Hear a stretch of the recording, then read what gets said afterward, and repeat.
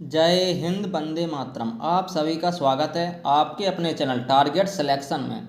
आज हम आप सभी के लिए जीके जीएस के टॉप 40 क्वेश्चन लेकर आए हैं जो सभी एग्जाम के लिए महत्वपूर्ण होंगे। अगर आप किसी भी एग्जाम की तैयारी कर रहे हैं तो ये क्लास आपके लिए बहुत ही महत्वपूर्ण होने वाली है। अगर आपने अभी तक हमारे चैनल को सब्सक्राइब नहीं किया है तो प्लीज़ चैनल को सब्सक्राइब करें और वीडियो को ज़्यादा से ज़्यादा लाइक और शेयर करें। चलिए स्टार्ट करते हैं। आज का पहला क्वेश्चन है, नीति आयोग की स्थापना कब हुई थी? Option A 1 April 1935, option B 1 जनवरी 1949, ऑप्शन सी 1 जनवरी 2015, ऑप्शन डी 15 अगस्त 1969। नीति आयोग की स्थापना हुई थी 1 जनवरी 2015 को। इसका राइट आंसर हो जाएगा ऑप्शन सी 1 जनवरी 2015। 15 अगस्त 1969 को इसरो की स्थापना हुई थी जिसका मुख्यालय बेंगलुरु में है। इसके हेड हैं एस सोमनाथ। 1 जनवरी 1949 को आरबीआई का राष्ट्रीयकरण हुआ था और 1 अप्रैल 1935 को आरबीआई की स्थापना हुई थी। इसका राइट आंसर हो जाएगा ऑप्शन सी 1 जनवरी 2015। नेक्स्ट है, गिर राष्ट्रीय उद्यान किस राज्य में है? Option A Rajasthan, option B Gujarat, option C Assam, option D Uttarakhand. Gir राष्ट्रीय उद्यान किस राज्य में स्थित है? इसका राइट आंसर हो जाएगा ऑप्शन बी गुजरात। गिर राष्ट्रीय उद्यान गुजरात में स्थित है। ये एशियाई शेरों के लिए प्रसिद्ध है। काजीरंगा राष्ट्रीय उद्यान असम राज्य में स्थित है। ये एक सींग वाले गैंडों के लिए प्रसिद्ध है। और फूलों की घाटी राष्ट्रीय उद्यान कहाँ पर है? उत्तराखंड में स्थित है। सरिस्का राष्ट्रीय उद्यान, केवलादेव राष्ट्रीय उद्यान, घाना पक्षी राष्ट्रीय उद्यान ये राजस्थान में स्थित है। इसका राइट आंसर हो जाएगा ऑप्शन बी गुजरात। नेक्स्ट है, सिंधु जल समझौता किसने करवाया था? ऑप्शन ए विश्व बैंक 1960, ऑप्शन बी विश्व स्वास्थ्य संगठन, ऑप्शन सी संयुक्त राष्ट्र संघ, ऑप्शन डी इनमें से कोई नहीं। सिंधु जल समझौता किसने करवाया था? इसका राइट आंसर हो जाएगा ऑप्शन ए विश्व बैंक। 1960 में हुआ था सिंधु जल समझौता, विश्व बैंक ने कराया था। इसका मुख्यालय कहाँ है? Washington DC. Option A right answer, विश्व बैंक 1960। नेक्स्ट है, सिंधु की सबसे बड़ी सहायक नदी कौन सी है? ऑप्शन ए सतलज नदी, ऑप्शन बी झेलम नदी, ऑप्शन सी चेनाब नदी, ऑप्शन डी इनमें से कोई नहीं। सिंधु की सबसे बड़ी सहायक नदी कौन सी है? इसका आंसर आप लोगों को कमेंट में बॉक्स में बताना है। चलिए नेक्स्ट,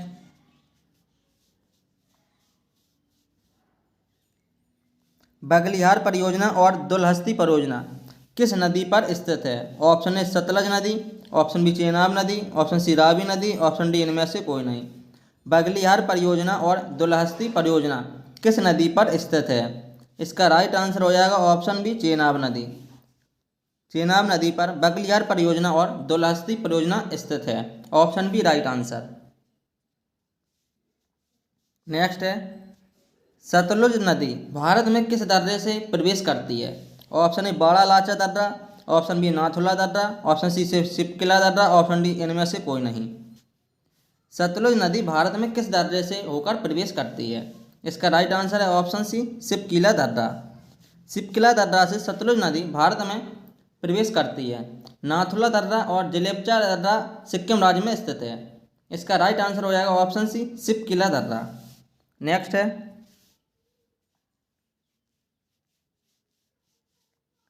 तुलबुल परियोजना और उरी परियोजना किस नदी पर स्थित है? ऑप्शन ए झेलम नदी, ऑप्शन बी चेनाब नदी, ऑप्शन सी कावेरी नदी, ऑप्शन डी इनमें से कोई नहीं। तुलबुल परियोजना और उरी परियोजना किस नदी पर स्थित है? इसका राइट आंसर हो जाएगा ऑप्शन ए झेलम नदी। झेलम नदी पर तुलबुल परियोजना और उरी परियोजना स्थित है। Option A right answer. Next है, अंतर्राष्ट्रीय बालिका दिवस कब मनाया जाता है? ऑप्शन ए 24 जनवरी, option B 8 March, option C 11 October, option D है 30 जनवरी। अंतर्राष्ट्रीय बालिका दिवस कब मनाया जाता है? इसका राइट आंसर हो जाएगा ऑप्शन सी 11 अक्टूबर। 11 अक्टूबर को अंतर्राष्ट्रीय बालिका दिवस मनाया जाता है। और आपसे अगर पूछा जाए राष्ट्रीय बालिका दिवस कब मनाया जाता है तो वो मनाया जाता है 24 जनवरी को। और 8 मार्च को अंतर्राष्ट्रीय महिला दिवस मनाया जाता है। और 30 जनवरी को शहीद दिवस मनाया जाता है। इसका राइट आंसर हो जाएगा ऑप्शन सी 11 अक्टूबर।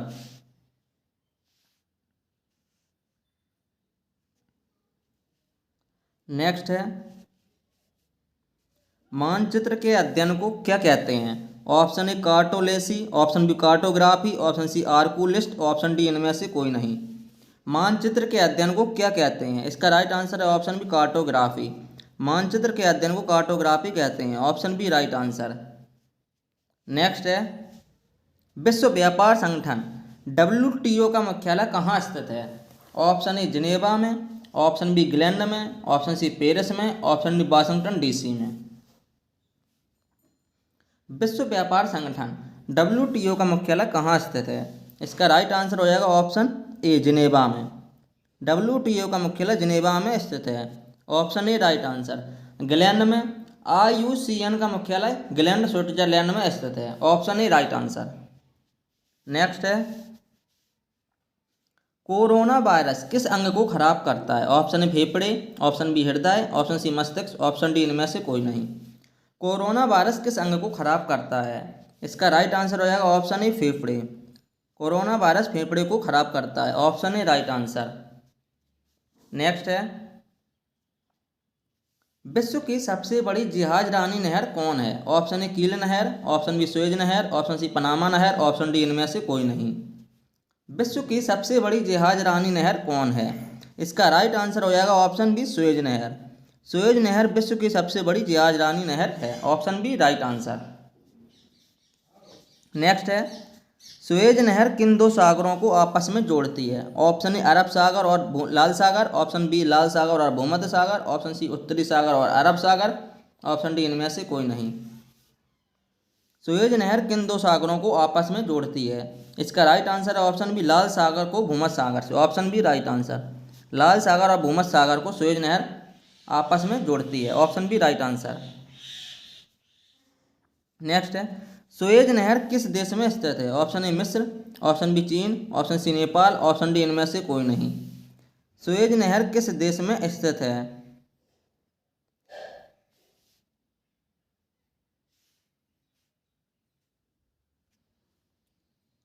सुएज नहर किस देश में स्थित है? इसका राइट आंसर होगा ऑप्शन ए मिस्र। सुएज नहर मिस्र देश में स्थित है, option A right answer. Next है,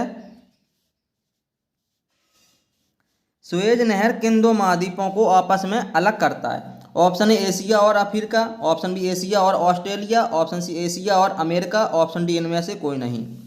सुएज नहर किन दो महाद्वीपों को आपस में अलग करता है? इसका राइट आंसर हो जाएगा ऑप्शन ए एशिया को अफ्रीका से, option A right answer. Asia और अफ्रीका को सुएज नहर आपस में अलग करता है, option A right answer. Next है, मिस्र किस महाद्वीप में स्थित है?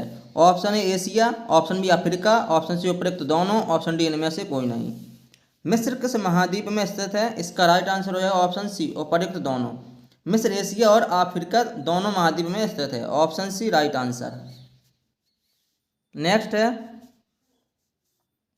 नील नदी का वरदान किस देश को कहा जाता है? ऑप्शन ए मिस्र, option B Sudan, option C Uganda, option D इनमें से कोई नहीं। नील नदी का वरदान किस देश को कहा जाता है? इसका राइट आंसर हो जाएगा ऑप्शन ए मिस्र। मिस्र को नील नदी का वरदान कहा जाता है, option A right answer. Next है, आसवान बांध किस नदी पर स्थित है?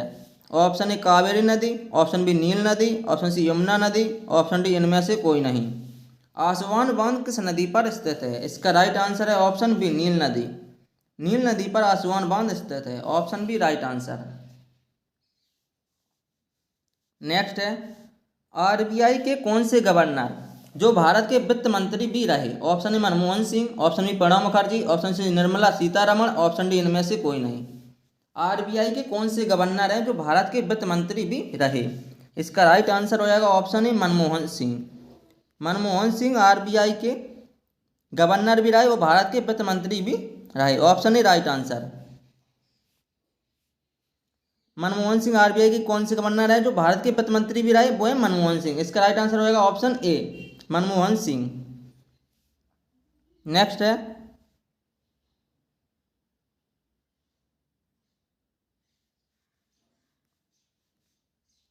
1 रुपए का नोट जिसे करेंसी नोट कहा जाता है, इस पर किसके हस्ताक्षर होते हैं? ऑप्शन ए वित्त मंत्री, ऑप्शन बी वित्त सचिव, option C RBI governor, option D इनमें से कोई नहीं।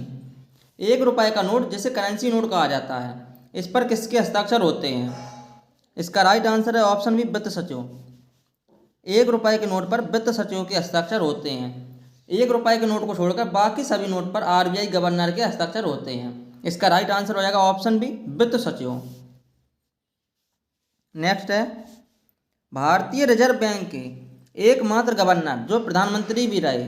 Option A Manmohan Singh, option B Atal Bihari Vajpayee, option C Narendra Modi, option D Pandit Jawaharlal Nehru.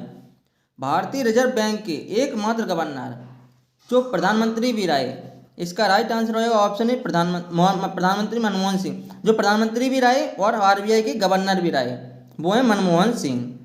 अभी इसके ऊपर ऐसे ही क्वेश्चन था, आरबीआई के एकमात्र गवर्नर जो प्रधानमंत्री भी रहे, वो है Manmohan Singh. Option A right answer. इसका राइट आंसर होगा option A, Manmohan Singh. Next है, भारतीय रिजर्व बैंक के राष्ट्रीयकरण के समय गवर्नर कौन थे? Sir Osborne Smith, sir James Braid Taylor, और ऑप्शन सी है सी.डी. देशमुख, ऑप्शन डी इनमें से कोई नहीं। भारतीय रिजर्व बैंक के राष्ट्रीयकरण के समय गवर्नर कौन थे? इसका राइट आंसर हो जाएगा option C, C D. Deshmukh. RBI का राष्ट्रीयकरण कब हुआ था? 1 जनवरी 1949 को, और आरबीआई की स्थापना कब हुई थी? 1 अप्रैल 1935 को।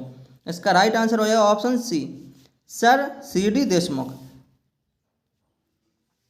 नेक्स्ट है, भारतीय रिजर्व बैंक के किस गवर्नर का कार्यकाल सबसे कम रहा? Option A sir Osborne Smith, option B sir James Braid Taylor, option C Amitabh Ghosh, option D इनमें से कोई नहीं। भारतीय रिजर्व बैंक के किस गवर्नर का कार्यकाल सबसे कम रहा?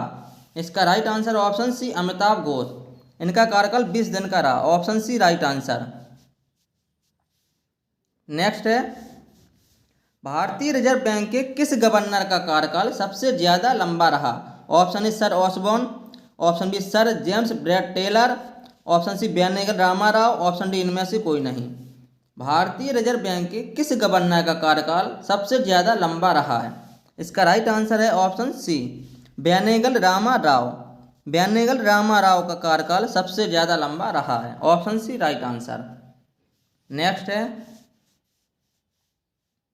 ₹1 के नोट को छोड़कर बाकी सभी नोट को कौन जारी करता है? Option A RBI, option B IMF, option C SBI, option D इनमें से कोई नहीं। ₹1 के नोट को छोड़कर बाकी सभी नोट कौन जारी करता है? इसका राइट आंसर हो जाएगा ऑप्शन ए, आरबीआई।